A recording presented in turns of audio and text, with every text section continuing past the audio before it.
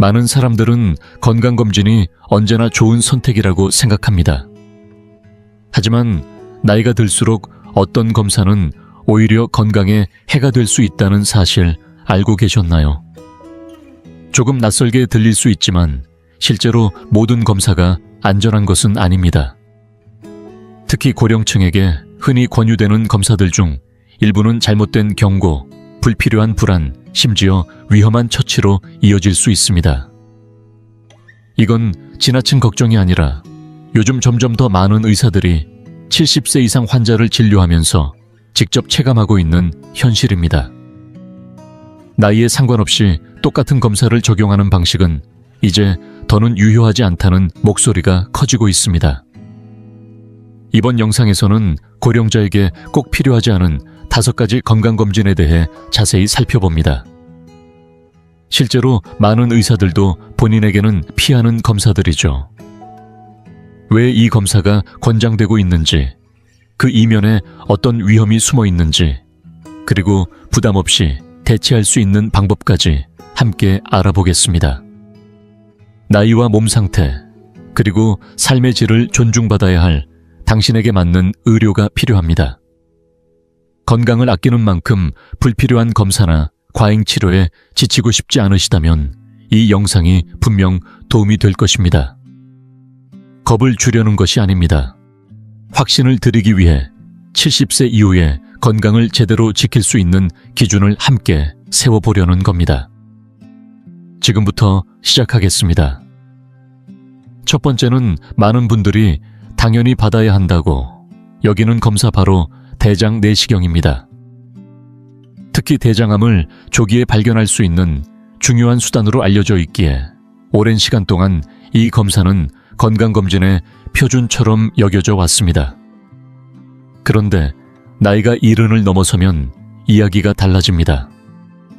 특별한 증상이 없거나 가족력이 없는 분들에게는 이 검사가 조용히 건강을 위협하는 존재가 될 수 있습니다. 50대, 60대까지는 생명을 구할 수도 있었던 검사지만 그 이후에는 불필요한 위험과 스트레스, 심지어 입원까지 초래하는 일이 생기곤 합니다. 왜 그럴까요? 대장 내시경이라는 절차 자체가 결코 간단하지 않기 때문입니다.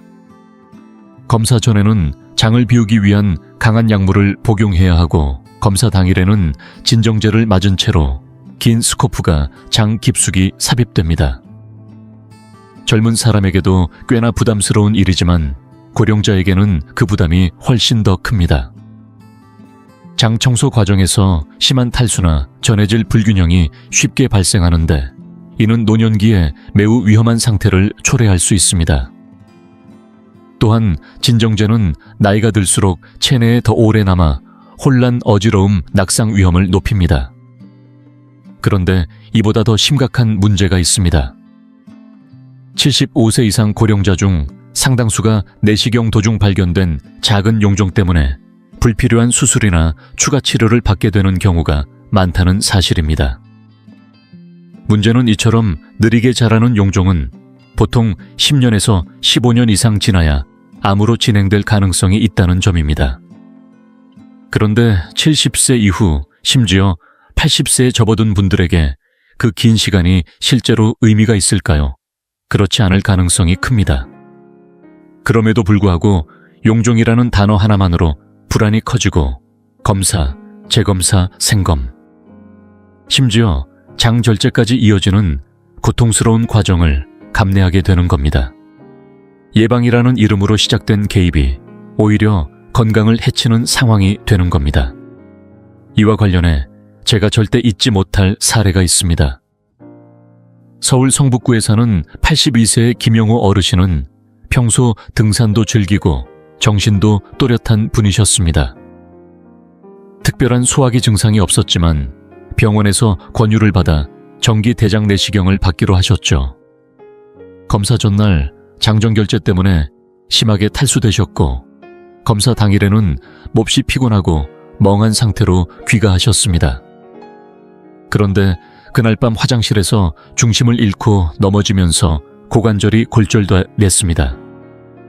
그 한 번의 검사가 결국 수개월에 걸친 재활치료와 큰 병원비, 그리고 긴 시간의 스트레스로 이어졌습니다. 더욱 안타까운 건 검사 결과 아무 이상도 발견되지 않았다는 점입니다. 이 이야기를 통해 누군가를 탓하고 싶은 건 아닙니다. 의사들도 그들이 배운 기준과 지침에 따라 최선을 다한 것이겠지요. 하지만 의학은 변하고 있습니다. 그리고 우리도 그 변화에 발맞춰야 합니다. 만약 당신이 70세를 넘기셨고 현재 아무런 소화기 증상이 없다면 대장 내시경을 정중히 거절하는 것은 전혀 이상한 일이 아닙니다.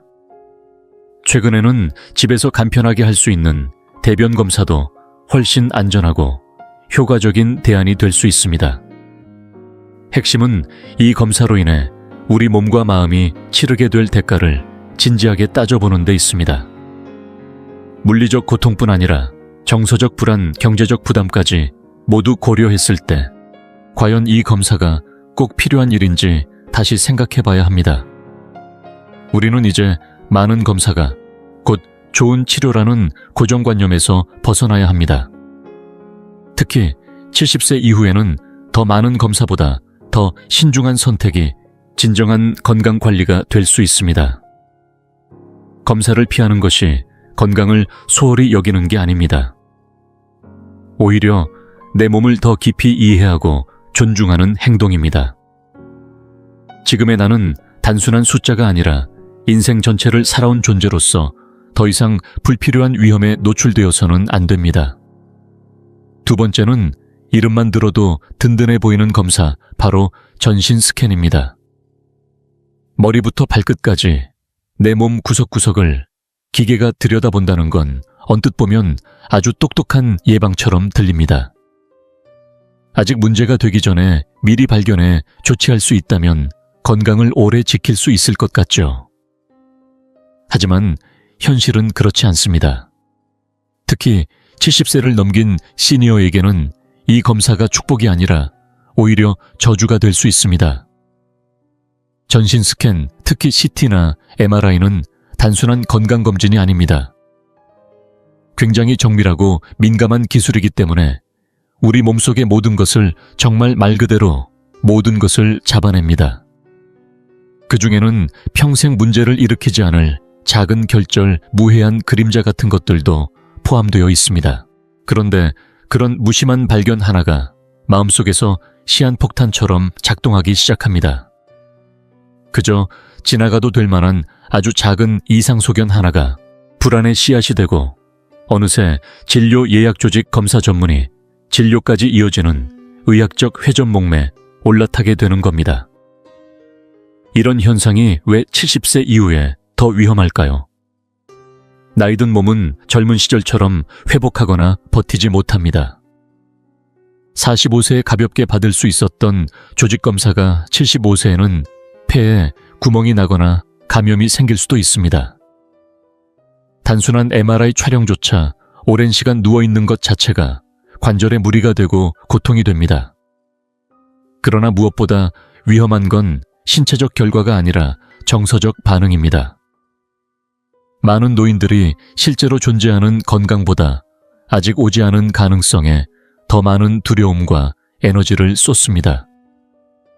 내 몸이 말하는 진짜 상태보다 스크린 속 그림자 하나에 더 마음을 빼앗기게 되는 겁니다. 이런 일이 실제로 얼마나 쉽게 일어날 수 있는지 제가 만났던 한 분의 이야기를 드리고 싶습니다.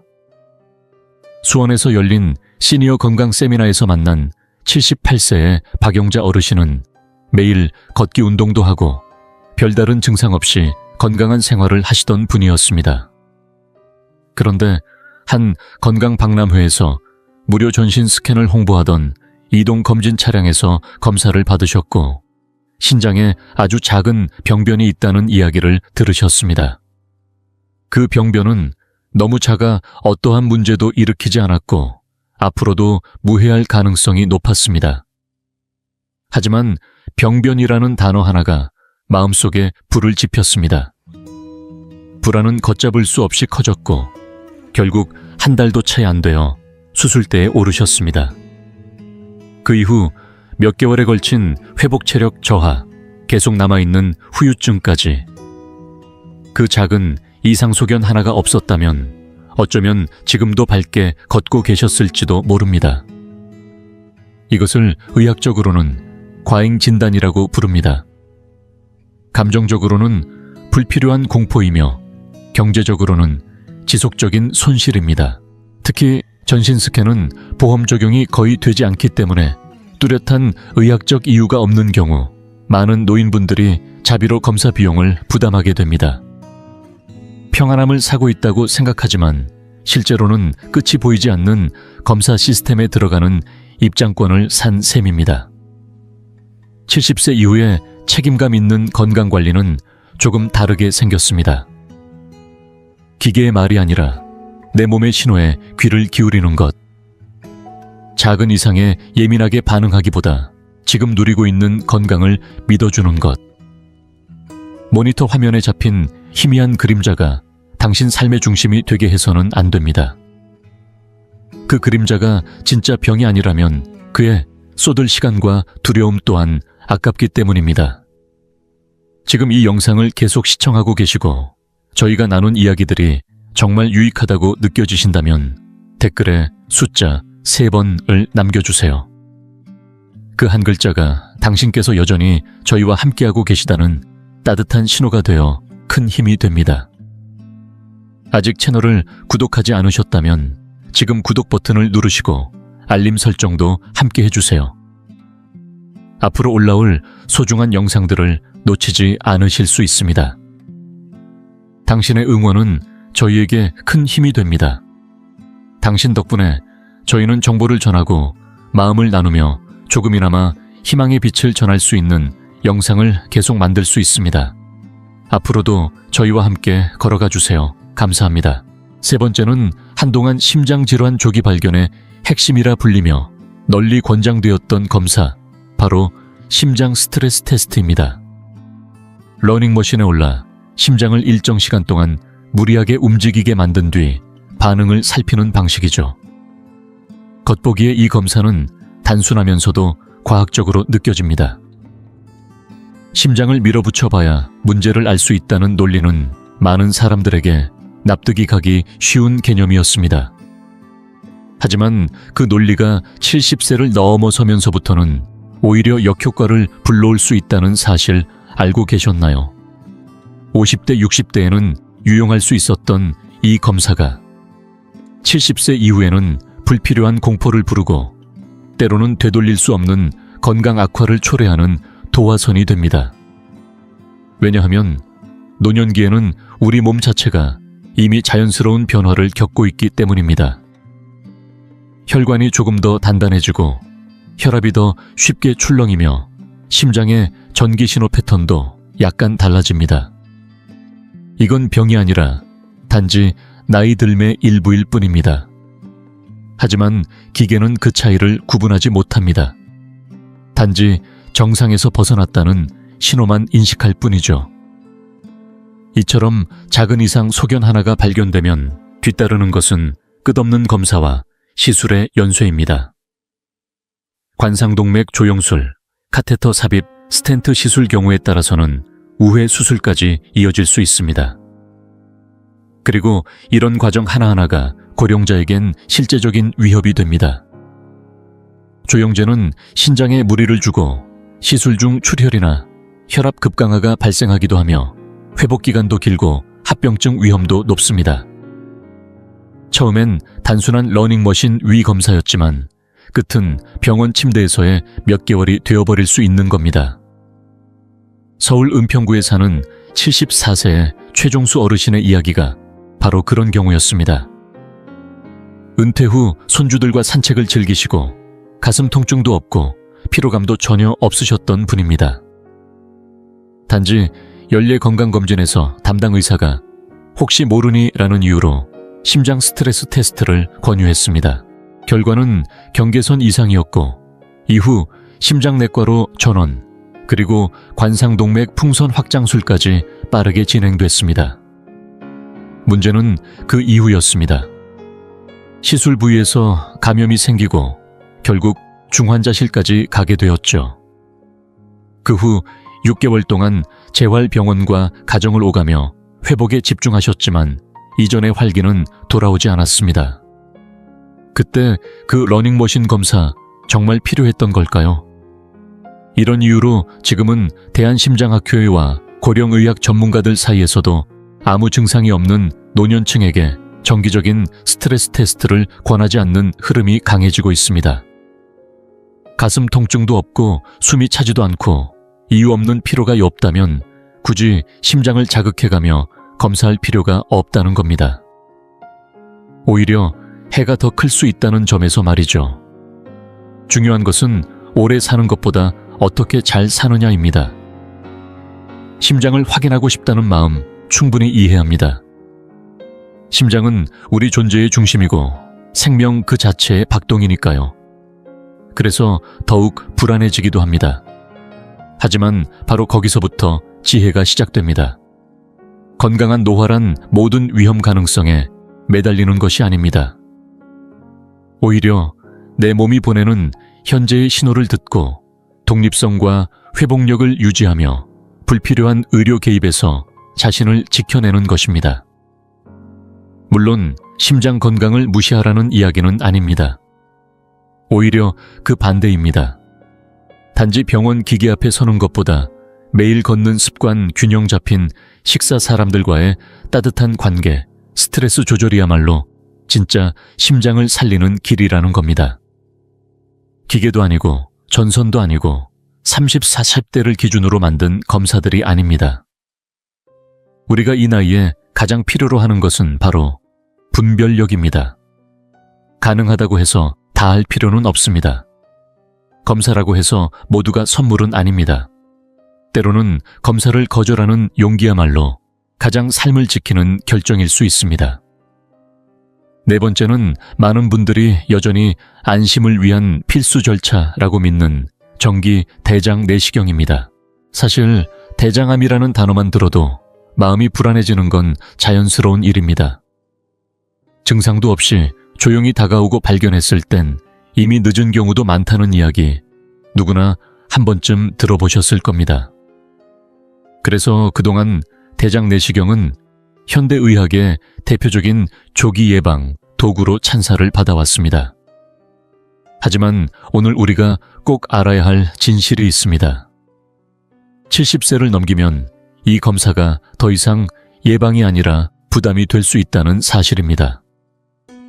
이 이야기를 시작하려면 우선 대장 내시경이 어떤 검사인지부터 짚어봐야 합니다. 많은 분들이 경험하셨듯 검사 전에는 강한 장정결제를 마셔야 하고 검사 중에는 전신 진정제를 맞고 장속 깊숙이까지 스코프를 삽입하는 절차가 이어집니다.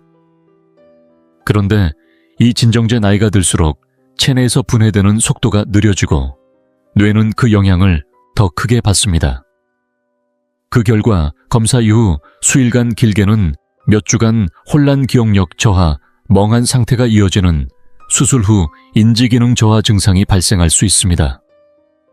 단지 며칠 불편한 정도가 아니라 일상생활 전체에 영향을 미치는 경우도 있습니다.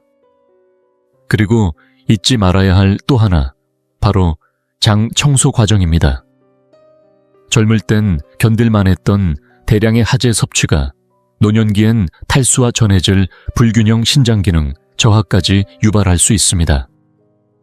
특히 혼자 사는 분들의 경우 이 과정에서 한밤중 욕실에서 어지러움으로 인해 넘어져 다치는 사고도 적지 않습니다.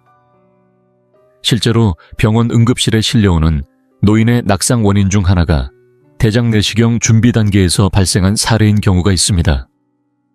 그런데도 많은 이들이 이 검사를 반복하는 이유는 단 하나, 혹시 모를 암을 미리 잡기 위해서입니다. 하지만 여기엔 잘 알려지지 않은 시간적 맥락의 함정이 숨어 있습니다. 대장 내시경은 매우 천천히 자라는 용종을 찾아내기 위한 검사입니다. 이 용종이 암으로 발전하는 데는 보통 10, 15년이라는 시간이 걸립니다. 그런데 만약 당신이 70세를 넘기셨고 이전 검사에서 이상이 없었다면 남은 인생에서 이 용종이 암으로 발전할 가능성은 매우 낮습니다. 반면 출혈장, 천공약물 부작용 등의 합병증 가능성은 나이에 비례해 급격히 증가합니다. 이와 관련된 실제 이야기를 하나 소개해 드릴게요. 경기도 용인에서 살고 계신 78세 이정자 선생님은 은퇴한 초등학교 교사셨습니다. 68세 그리고 73세에 대장 내시경을 받았고 모두 정상 결과였죠. 그런데 78세 때 병원에서 한 번 더 해두면 마음이 편하지 않겠냐는 권유를 받고 다시 검사를 받았습니다. 하지만 검사 중 장에 미세한 천공이 생겼고 급히 응급수술로 이어졌습니다. 이후 한 달 가까이 입원하며 체력도 급격히 떨어졌고 이전처럼 혼자 외출하기도 어려운 상태가 되셨습니다. 그분은 지금도 이렇게 말씀하십니다. 누군가 그때 이제는 굳이 안 해도 된다고 말해줬더라면 좋았을 텐데요. 왜 이런 일이 반복될까요? 부분적으로는 의료 관성 때문입니다. 50세에 효과가 있었던 검사가 75세에도 여전히 유효할 거라는 가정. 하지만 나이가 들면 몸도 상황도 달라집니다. 한때 우리를 지켜줬던 검사들이 이제는 우리 삶의 질을 해치는 짐이 되는 순간이 찾아오는 것이죠. 그리고 무엇보다 우리는 암이 무서워서 진짜 중요한 것을 잊곤 합니다. 지금 이 나이에 진짜 지켜야 할 것은 오래 사는 것보다 잘 사는 것입니다. 움직일 수 있는 몸, 또렷한 정신, 잔잔한 감정의 평온함, 이 세 가지를 잃고 얻는 수명 연장은 진짜 선물일 수 있을까요? 물론 설명할 수 없는 복통이나 체중 감소 대변에 피가 보이는 등 분명한 증상이 있을 땐 검사가 반드시 필요합니다. 하지만 아무런 증상도 없고 이전 검사도 이상이 없었다면 정기 대장 내시경은 선택이 아니라 재고해야 할 결정입니다. 이제 우리는 스스로의 주인이 되어야 할 때입니다. 의사가 시키니까, 남들도 다 하니까 라는 이유만으로 나의 몸을 위험에 맡겨선 안 됩니다. 정보를 안다는 건 검사의 이득뿐 아니라 그 대가도 함께 고려하는 것입니다. 당신의 몸은 지금까지 수십 년을 살아온 역사를 가진 존재입니다. 더 이상 무조건적인 개입에 노출되어서는 안 됩니다. 당신의 몸은 그만큼 존중받을 자격이 있습니다. 5번째는 심장 건강과 관련된 검사 중 가장 많이 오해되고 있는 심장 스트레스 테스트입니다. 특히 70세를 넘긴 어르신들 사이에서 한 번쯤은 해봐야 마음이 놓인다며 자주 시행되는 검사이기도 하죠. 심장 질환은 마치 언제 터질지 모르는 시한폭탄처럼 느껴지기 쉽습니다. 겉으로 멀쩡해 보이던 사람이 하루아침에 심근경색으로 쓰러졌다는 이야기는 우리 주변에서도 흔히 들립니다. 그러니 미리미리 잡아야 한다는 생각은 너무나 자연스럽습니다. 그래서 러닝머신에 올라 심장을 자극해 반응을 보는 스트레스 테스트는 오랫동안 신뢰를 받아왔습니다. 하지만 진실은 이렇습니다. 특별한 증상이 없는 노년층에게 이 검사는 실보다 득이 적을 수 있다는 사실 알고 계셨나요? 검사의 개념은 단순합니다. 심장을 일정 수준으로 자극해 어떤 이상 반응이 나타나는지를 본다는 거죠. 그런데 70세 이후의 심장은 이미 나이든 몸의 특성을 반영하고 있습니다. 혈관은 조금 더 단단해지고 일부 석회화가 진행되며 운동 후 회복도 더뎌지는 것이 당연합니다. 이러한 변화는 병이 아니라 정상적인 노화의 일부입니다. 하지만 검사 기계는 이 차이를 이해하지 못합니다. 단지 정상 수치에서 벗어났다는 이유로 의심 신호를 내보내게 되죠. 문제는 그 다음부터입니다. 이 작은 이상, 신호 하나가 연쇄 반응을 일으킵니다. 관상동맥 조영술, 스텐트 삽입 심하면 우회 수술까지 이어질 수 있죠. 그리고 이러한 추가 시술들에는 결코 가볍지 않은 위험이 따릅니다. 조영제에 의한 신장 손상 카테터 삽입 중 출혈 시술 후 약물 부작용 저혈압 쇼크, 고령자의 경우 이 모든 합병증 위험이 더 높습니다. 경기 부천시에 사는 76세의 박춘식 어르신의 사례가 대표적입니다. 평소 걷기 운동도 하고 손주들과 공원에서 노는 게 일상이었습니다. 가슴이 답답한 적도 숨이 찬 적도 없었습니다. 단지 정기 건강검진에서 안심 차원에서 스트레스 테스트를 한번 해보자는 의사 권유에 따라 검사를 받았습니다. 검사 결과는 애매한 이상 소견. 이어진 조영술에서는 막힘이 아닌 약한 플라크가 발견됐지만 그래도 예방 차원이라며 스텐트를 삽입했습니다. 그런데 이후 한근고제 부작용으로 위장 출혈이 발생했고 급히 입원하게 되었습니다. 3개월간 병원과 재활을 반복하며 일상 기능은 떨어졌고 그분은 이렇게 말했습니다. 내가 아픈 줄도 몰랐는데 치료받고 나서 진짜 환자가 됐어요. 왜 이런 일이 반복될까요? 근본에는 놓치면 안 된다는 두려움이 있습니다. 어딘가에 병이 숨어 있을지도 모른다는 생각, 그리고 그것을 예방하지 못했을 때 닥칠 결과에 대한 막연한 공포.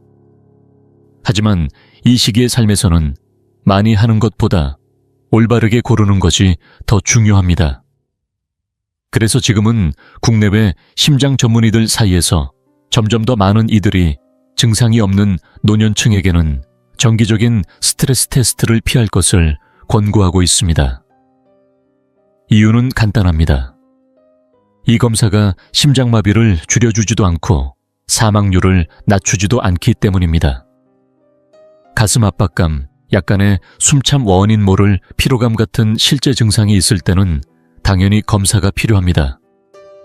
하지만 특별한 이상이 없는 상태에서 단지 확인만을 위한 검사는 불필요한 개입을 불러올 가능성이 큽니다. 몸이 아무 말도 하지 않을 때 그것이야말로 가장 솔직한 신호입니다.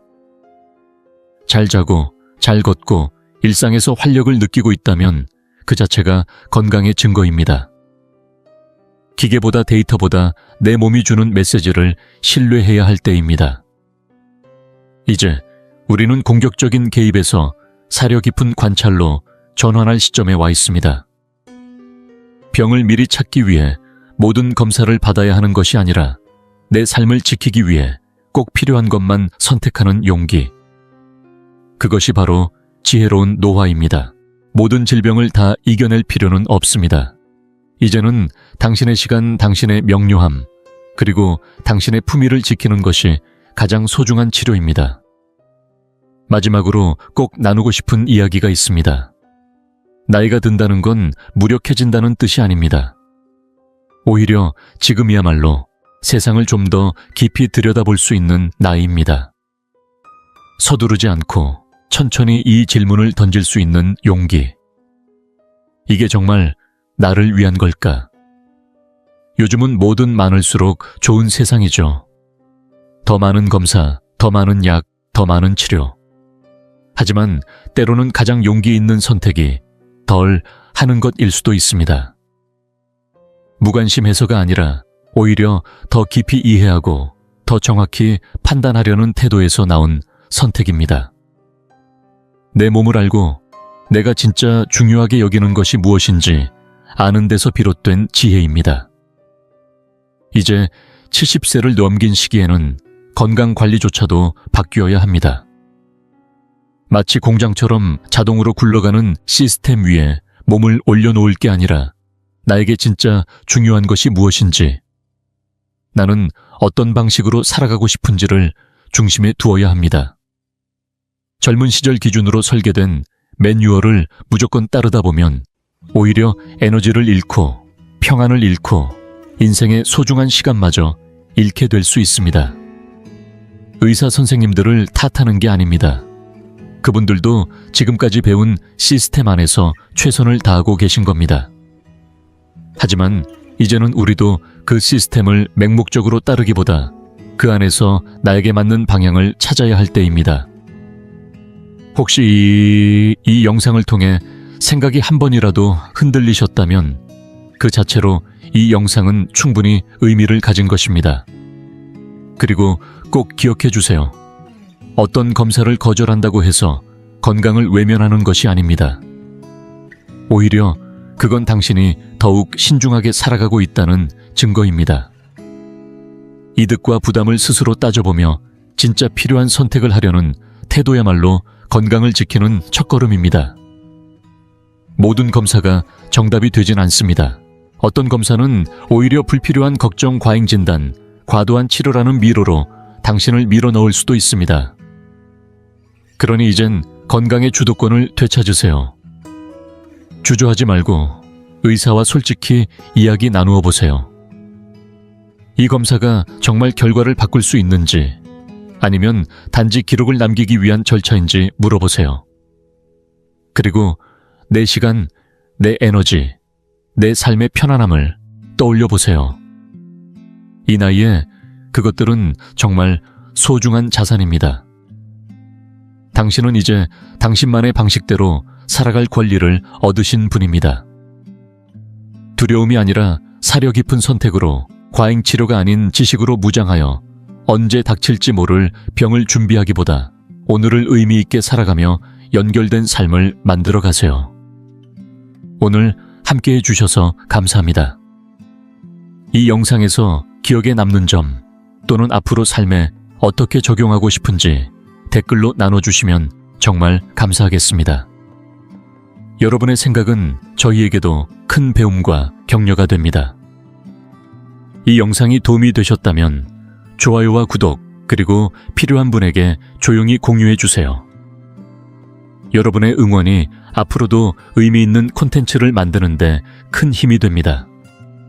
끝까지 함께해 주셔서 고맙습니다.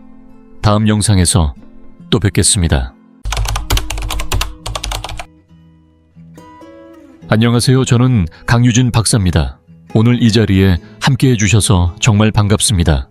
지금부터 여러분의 몸이 분명히 고마워할 만한 소중한 건강 이야기를 함께 나눌 겁니다. 이 채널이 처음이라면 구독 버튼을 눌러주세요. 건강을 아끼는 분들의 따뜻한 가족이 되는 길이니까요. 그리고 이 영상에 좋아요를 눌러주시면 저희가 더 많은 분들에게 이 유익한 정보를 전할 수 있어 큰 도움이 됩니다. 저는 진료실에서 환자분들과 직접 소통하는 걸 정말 좋아합니다.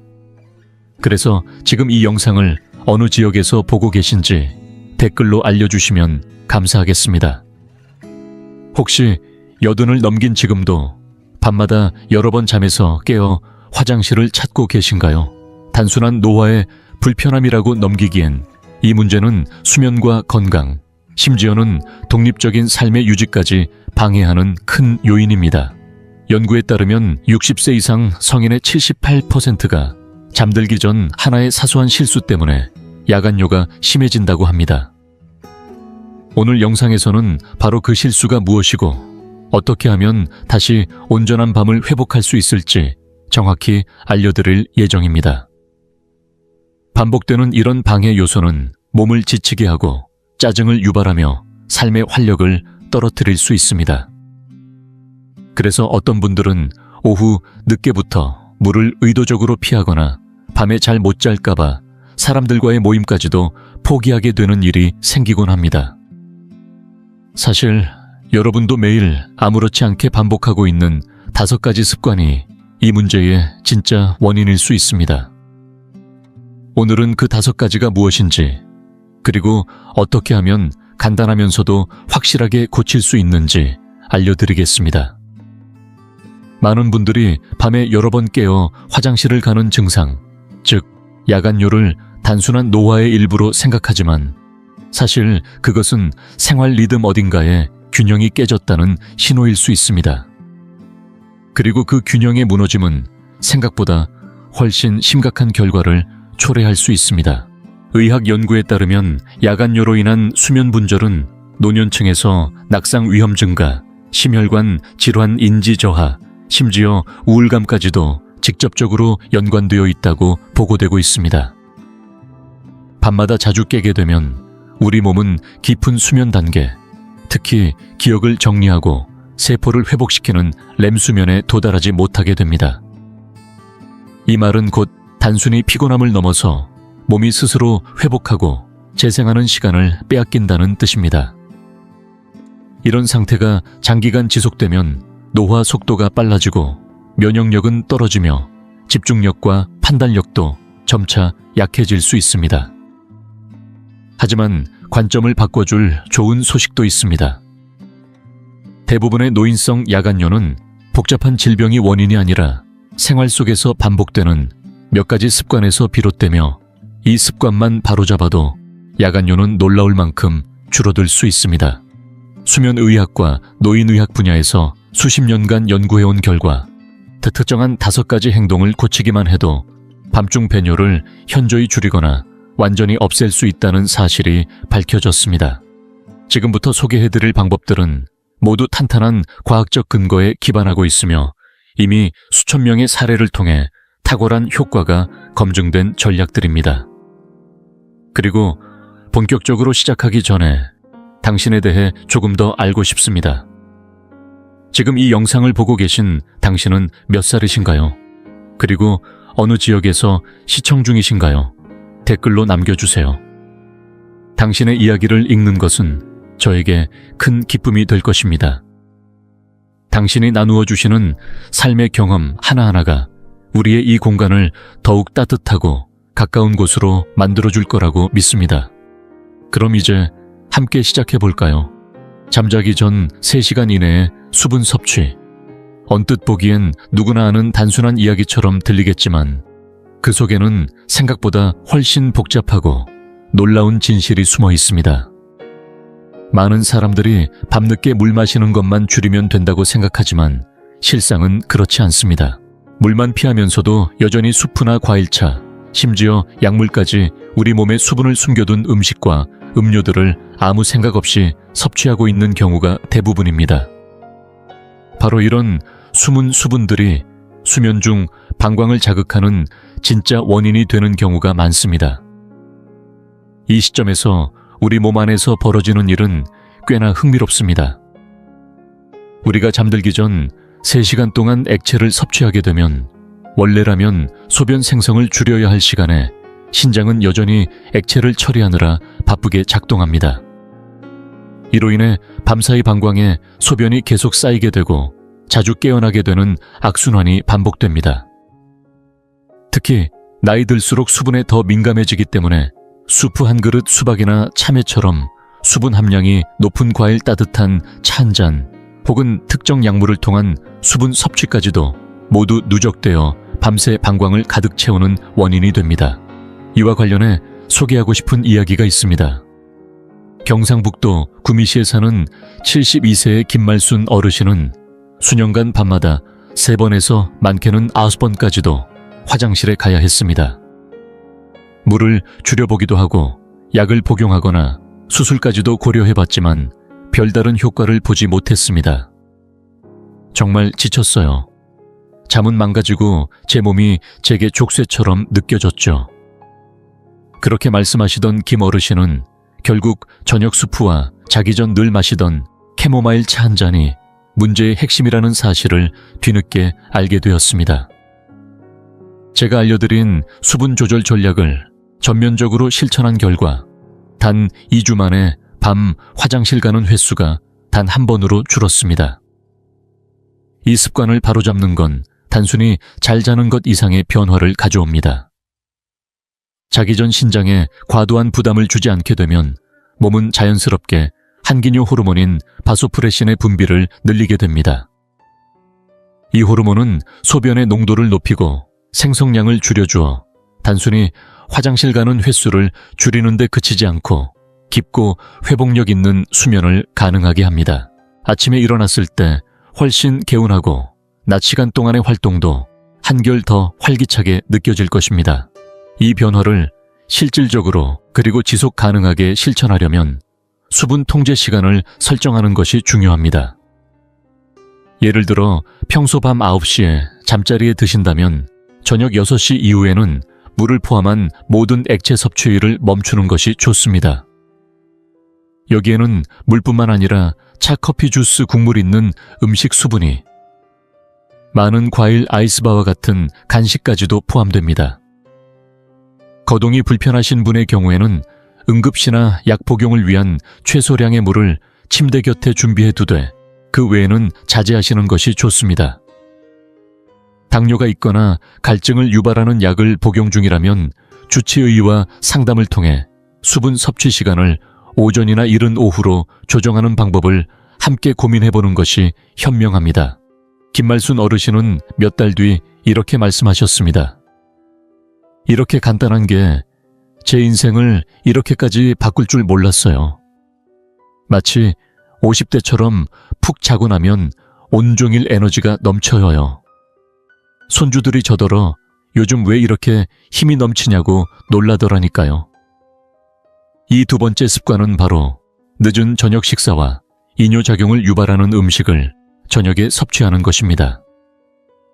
이건 사실상 대부분의 어르신들이 무심코 반복하는 대표적인 실수이자 밤마다 자주 깨게 되는 원인을 스스로 만들고 있다는 점에서 매우 안타까운 현실입니다. 오후나 저녁 시간대의 식사 시점, 그리고 그 안에 포함된 음식의 종류는 생각보다 훨씬 더 직접적으로 그리고 강력하게 야간 소변 빈도에 영향을 미칩니다. 잠들기 직전까지 식사를 하거나 그 식사에 이뇨 성분이 풍부한 재료가 포함되어 있다면 결과적으로 우리 몸은 스스로 방광을 밤새 가득 채우라고 프로그래밍하게 되는 셈입니다. 이를 유발하는 음식은 의외로 건강식으로 여겨지는 재료들이 많습니다.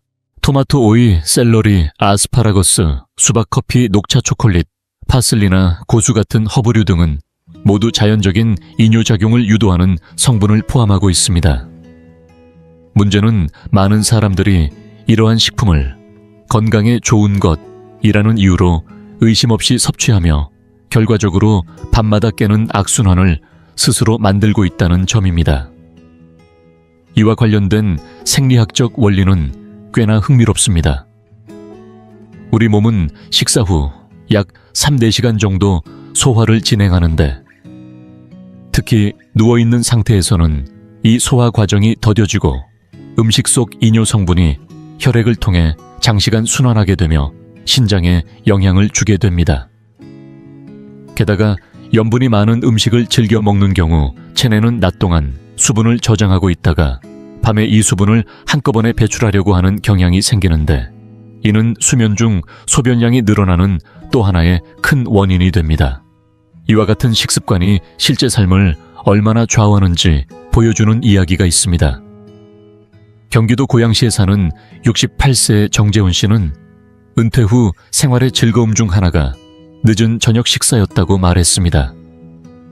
밤 8시 30분쯤 저녁을 먹고 밤 9시 반에는 꼭 간식을 챙겨 먹었는데 그 안에는 항상 신선한 토마토와 오이 그리고 소화를 돕는다는 이유로 마시는 녹차가 포함돼 있었습니다.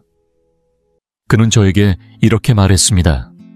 밤 1시, 3시 반, 5시 반 꼭 그 시간마다 화장실에 갔어요. 나이 들어서 그런 줄만 알았죠. 그런데 낮에는 좀비처럼 멍하고 기운이 하나도 없더라고요. 그런 정 씨가 식사 시간을 저녁 6시 30분으로 앞당기고 오후 4시 이후로는 이뇨작용이 있는 음식들을 모두 제외한 결과 단 열흘 만에 변화가 찾아왔습니다.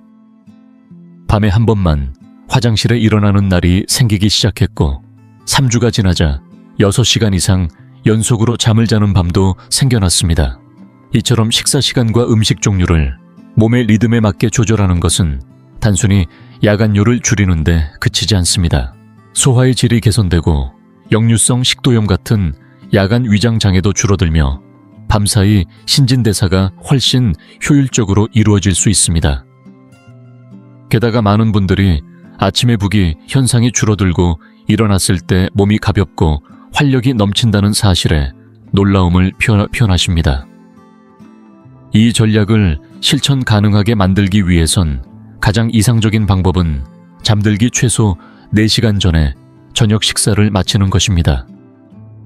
가능하다면 오후 5시 30분에서 6시 30분 사이가 좋습니다. 그리고 음식도 수면을 돕는 친구들과 밤을 방해하는 적들로 나누어 보는 것이 좋습니다.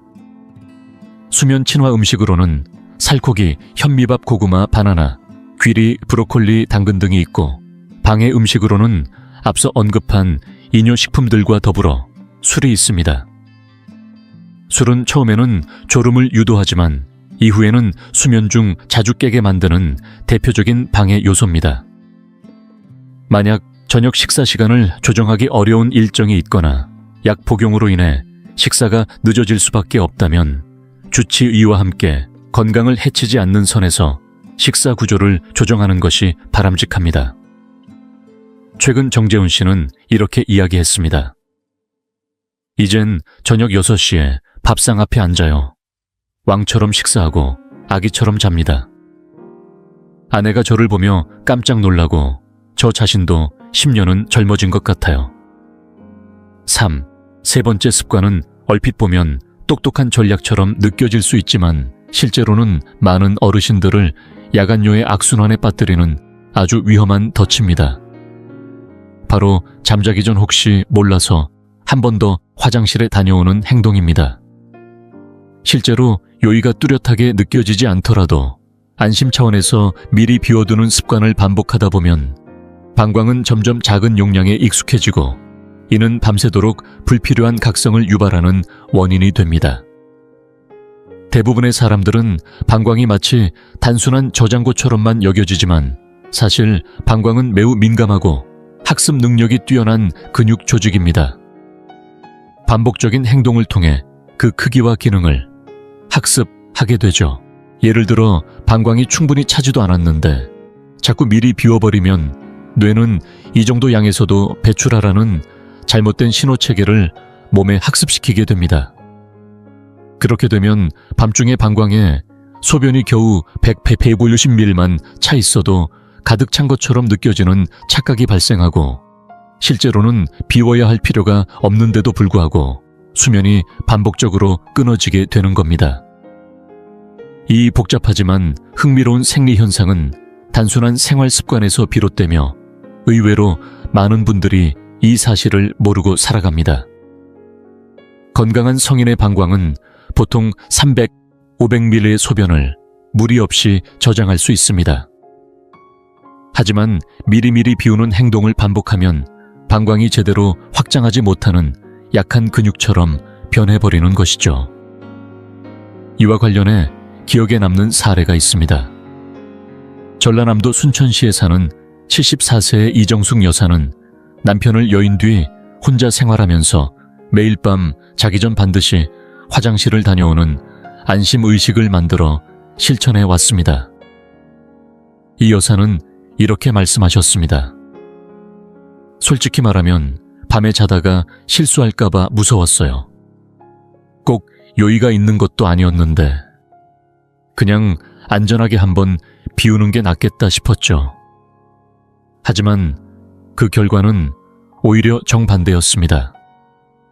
자정이 조금 지나면 벌써 방광이 가득 찬 느낌이 들었고 2시간 간격으로 수면이 끊기며 극심한 피로와 무기력감에 시달리게 되었습니다. 나중에 알고 보니 정숙 여사는 자신의 몸을 스스로 과잉 반응하도록 훈련시키고 있었던 셈이었습니다. 제가 알려드린 방광 재훈련 기법을 차근차근 적용한 후 그녀는 점차 방광의 수용 능력을 회복하기 시작했고 지금은 대부분의 밤을 6시간 연속으로 푹 자는 데 성공하고 있습니다. 이처럼 야간요의 고리를 끊는 것은 단지 수면의 질을 회복하는 것 이상으로 큰 변화를 만들어냅니다. 몸에 대한 신뢰감이 되살아나고 혹시나 하는 불안으로부터 해방되며 자는 동안 진짜 회복이 가능한 깊은 휴식을 경험하게 됩니다. 심지어 많은 분들이 다시금 자신의 몸을 스스로 조절할 수 있다는 자존감까지 회복하게 되었다고 말씀하십니다. 이 변화를 안전하고 효과적으로 실천하기 위해선 진짜 필요한 경우에만 화장실에 간다. 는 규칙을 세우는 것이 출발점입니다. 자러 가기 직전 정말 뚜렷하고 분명한 요의가 느껴진다면 화장실을 다녀오되 그냥 불안해서 가는 거라면 시기버 20분 정도 책을 읽거나 음악을 듣는 등의 이완 활동으로 의식을 돌려보세요. 대부분의 경우 그것은 요의가 아니라 단순한 불안 반응일 뿐이라는 사실을 깨닫게 될 것입니다. 물론 과거에 요실금 경험이 있거나 이뇨제를 복용 중이라면 상황에 맞는 맞춤형 방광 훈련이 필요할 수 있습니다. 이 경우엔 반드시 의사와 상의하여 자신에게 맞는 조절 방식을 찾으셔야 합니다. 거동이 불편하신 분의 경우에는 비상용 이동병의를 침대 곁에 두는 것도 도움이 되지만 이 역시도 꼭 필요한 상황에서만 사용하는 것이 중요합니다. 몇 달이 지난 후 이정숙 여사는 저에게 이렇게 말씀하셨습니다. 전엔 제가 불안해서 만든 습관이었는데 그게 제 수면을 망치고 있었더라고요. 지금은 제 몸을 믿어요. 이제는 불안이 아니라 안정감 속에서 잠을 잡니다. 4. 네 번째 습관은 다소 생소하지만 한번 이해하고 나면 그 중요성을 누구나 공감하게 되는 내용입니다. 바로 잘못된 수면 자세와 베개의 사용 방식이 야간요에 영향을 미친다는 사실입니다. 의외로 많은 분들이 이 점을 전혀 인지하지 못한 채 살아가고 있으며 일부 의료진조차 이 연결고리를 깊이 들여다보지 않습니다. 그러나 최근 수면 생리학과 비뇨기 건강 분야에서는 잠자는 자세와 베개 위치가 방광과 신장 기능에 직접적인 영향을 미친다는 점이 점점 더 분명해지고 있습니다. 대부분의 어르신들은 오랫동안 익숙한 자세 그대로 잠들고 있습니다. 하지만 그 자세가 복부를 압박하거나 신체의 특정 부위를 눌러 순환을 방해하는 경우 방광의 물리적인 압력이 지속적으로 가해지고 이는 실제로 가득 차지 않았음에도 마치 소변이 찼다는 잘못된 신호를 뇌에 보내게 만듭니다. 특히 엎드려 자거나 무릎 사이에 지지 없이 옆으로 구부러져 자는 자세는 방광이 눌리는 구조를 만들어내기 쉽고 이는 수면 중 불필요한 배뇨 욕구를 유발하는 원인이 됩니다. 더 나아가 베개의 높이나 위치가 잘못되어 있으면 목과 척추의 정렬이 흐트러지고 혈액순환과 정맥 귀환, 다리에서 심장으로 돌아가는 혈류에까지 영향을 줍니다. 그 결과 낮 동안 하체에 고였던 체액이 밤사이 상체로 올라와 신장을 자극하게 되고 결국 수면 중 소변량이 증가하게 되는 것입니다. 이처럼 자세 하나 베개 하나가 우리의 몸 전체 리듬에 끼치는 영향은 생각보다 훨씬 큽니다. 이러한 생체역학적 연결은 매우 논리적이며 설득력이 있습니다. 연구에 따르면 옆으로 누워 다리 사이에 중간 정도의 베개를 끼우고 척추를 곧게 유지하는 자세는 방광이 자연스러운 위치를 유지하도록 도와주고 혈액순환도 원활하게 해줍니다. 이렇게 단순한 수면 자세의 변화만으로도 야간요 빈도가 최대 40%까지 줄어든다는 연구 결과도 발표된 바 있습니다. 이와 관련된 사례로 대구에 거주하는 71세 박성호 어르신 이야기를 들려드리고 싶습니다.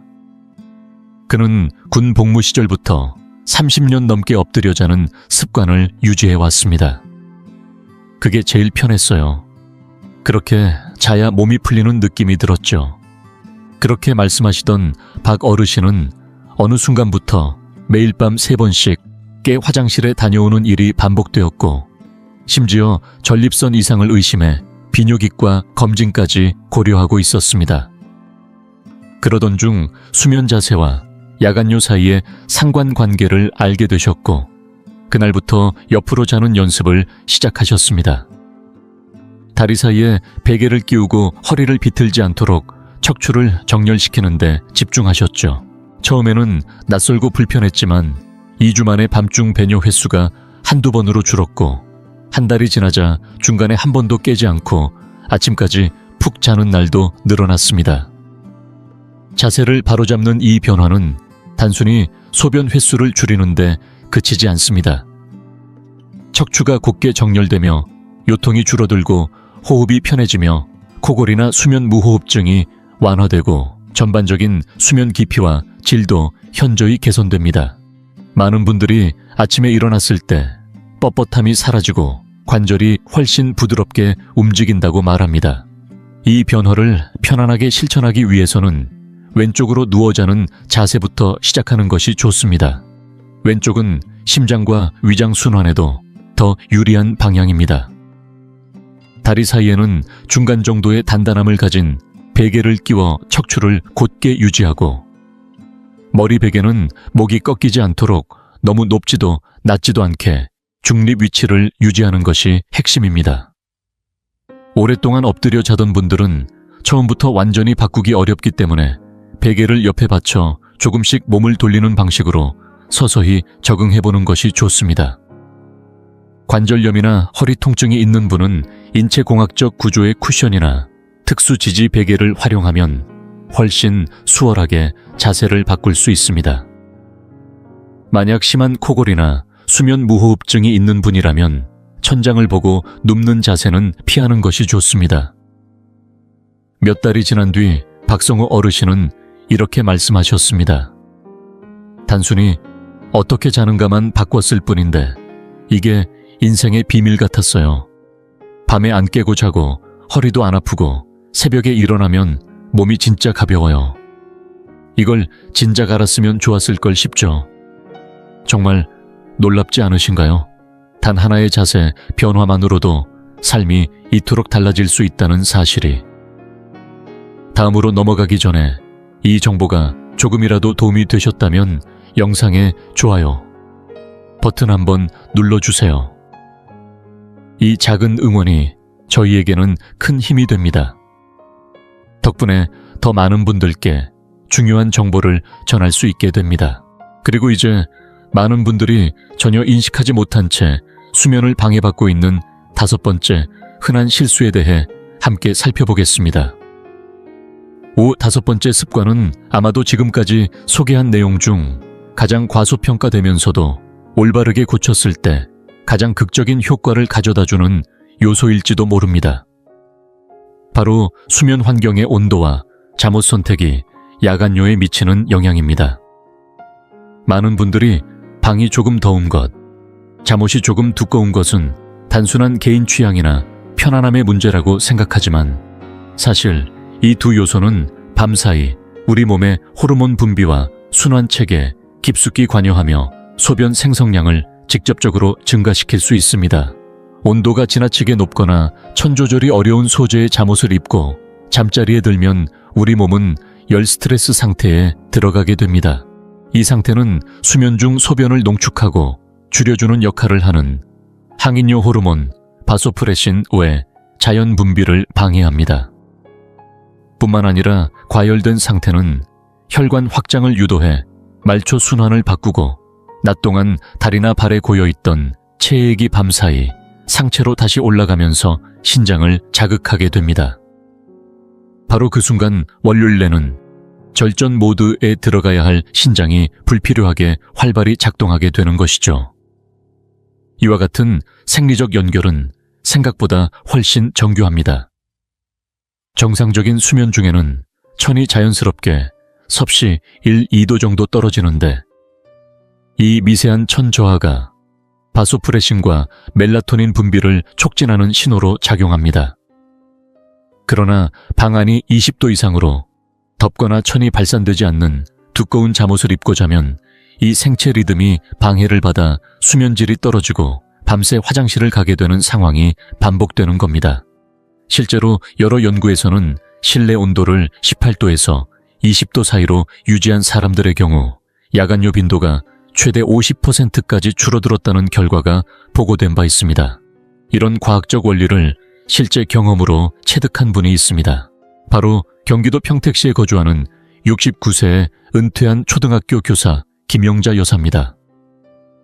그녀는 무려 5년 넘게 밤마다 4-5번씩 깨어나 땀에 젖은 채 화장실을 찾곤 했습니다. 저는 원래 따뜻한 걸 좋아해서 에어컨을 꺼두고 두꺼운 플란넬 파자마를 입고 잤어요. 그냥 취향이려니 했죠. 그렇게 말씀하시던 김 여사는 그 오랜 취향이 사실은 수면을 망치고 있던 핵심 원인이라는 사실을 뒤늦게 알게 되었습니다. 이후 그녀는 조용한 저소음 에어컨을 설치하고 두꺼운 잠옷 대신 가볍고 통기성이 좋은 면 소재로 바꾸었습니다. 그 결과는 놀라웠습니다. 일주일이 채 되지 않아 밤중 화장실 가는 횟수가 2번으로 줄었고 3주가 지난 어느 날엔 한 번도 깨지 않고 아침까지 숙면을 취한 날도 있었다고 말합니다. 김 여사는 이렇게 말했습니다. 방 온도 하나 바꿨을 뿐인데 내 삶 전체가 달라졌어요. 요즘은 아침에 일어나면 천사가 된 것 같아요. 기운이 넘치고 10년은 젊어진 기분이에요. 이런 온도 최적화의 효과는 단순한 수면의 질을 넘어서 여러 건강 지표에 긍정적인 영향을 줍니다.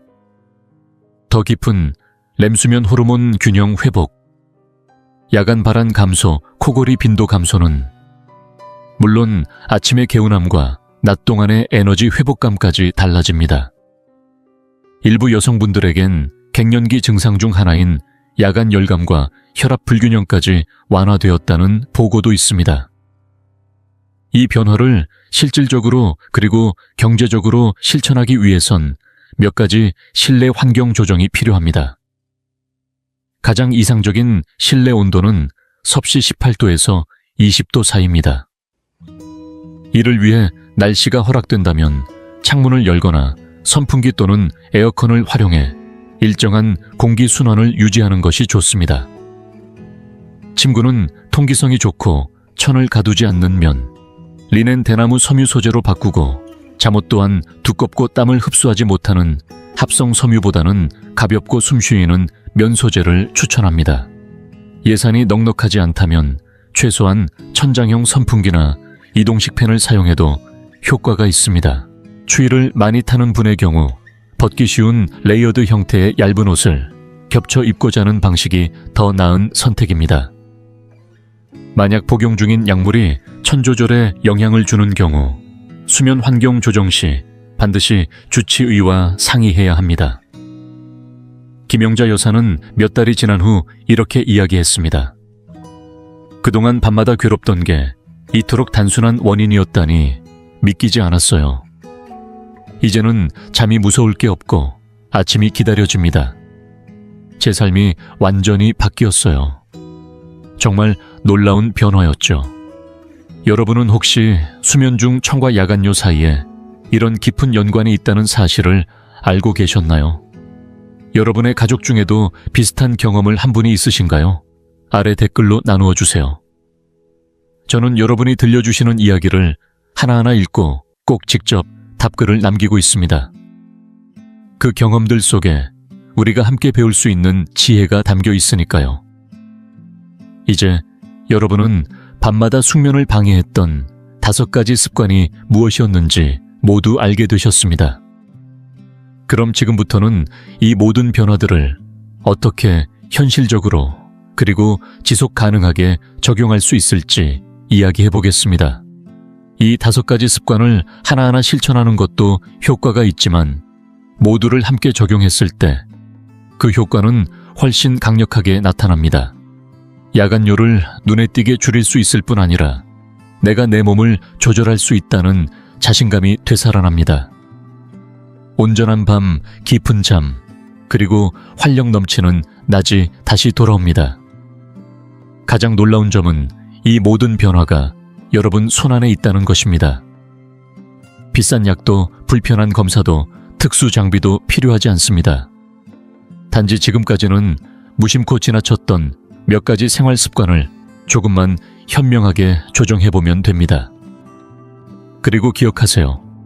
우리의 몸은 올바른 환경만 주어진다면 스스로 회복하고 적응할 수 있는 놀라운 능력을 가지고 있습니다. 지금 시작해도 절대 늦지 않습니다. 오늘 밤부터라도 이 전략들을 하나씩 실천해보세요. 생각보다 훨씬 빨리 아침에 더 상쾌하게 깨어나는 자신을 만나게 될지도 모릅니다. 이 모든 발견들이 여러분의 삶 혹은 사랑하는 누군가의 삶에 진심으로 도움이 되기를 바랍니다. 이 영상이 유익하고 흥미로우셨다면 주저하지 마시고 좋아요를 눌러주시고 채널 100세 인생 이야기를 구독해주세요. 또한 이 영상이 필요할 것 같은 분들에게 공유해 주시면 큰 힘이 됩니다.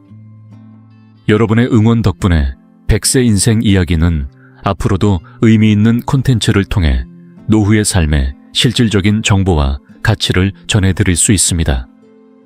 함께해 주셔서 진심으로 감사합니다.